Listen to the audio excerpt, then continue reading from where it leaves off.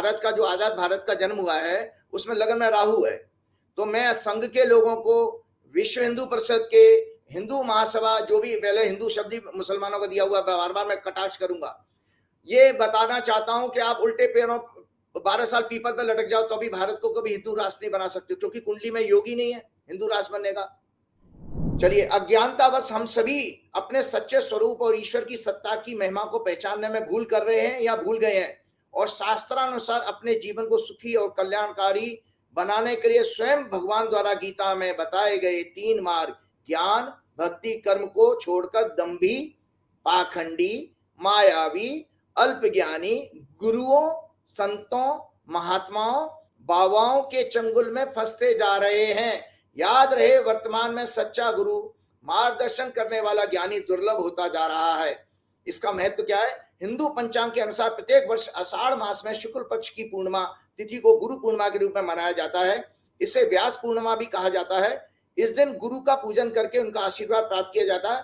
पुराणों के अनुसार इस दिन महर्षि वेदव्यास का जन्म हुआ था। महर्षि वेदव्यास का इस दिन जन्म हुआ था, और वेदव्यास जी ने चारों वेदों का ज्ञान, 18 पुराण, भगवत गीता के लेखन का कार्य करके आने वाले युग में मनुष्य के मार्गदर्शन का कल्याणकारी कार्य किया। महाभारत की रचना भी इन्होंने ही की थी। ये महर्षि पाराशर के पुत्र और महर्षि वशिष्ठ के प्रपौत्र हैं, ग्रैंडसन हैं। इस दिन प्रत्येक भारतीय को व्यास जी सहित समस्त ऋषियों, शंकराचार्यों, सभी आचार्यों, ज्ञानी महात्माओं जैसे गुरु नानक, गुरु गोविंद सिंह, अन्य गुरुओं तुलसीदास जी, चैतन्य महाप्रभु, सूरदास जी, कबीर आदि का स्मरण करके ध्यान करना चाहिए। उनके दिए हुए मानवता के कल्याण के संदेशों पर चिंतन करना चाहिए। अपने माता पिता का, अपने अध्यापकों का भी आशीर्वाद लेना चाहिए। माँ हमारी सर्वप्रथम गुरु होती है संजय जी। माँ से हम पहला शब्द सीखते हैं, इसलिए माँ सर्वोच्च गुरु माना गया है, सर्वप्रथम गुरु माँ को।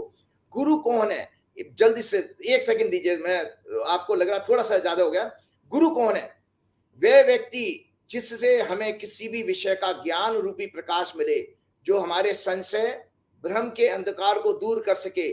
सच्चा गुरु कभी भी मनुष्य को अपने आश्रम या अपने से जोड़ने का प्रयास नहीं करता कि मेरे आश्रम में आओ। सुन ले, मैं दोबारा रिपीट कर रहा हूं।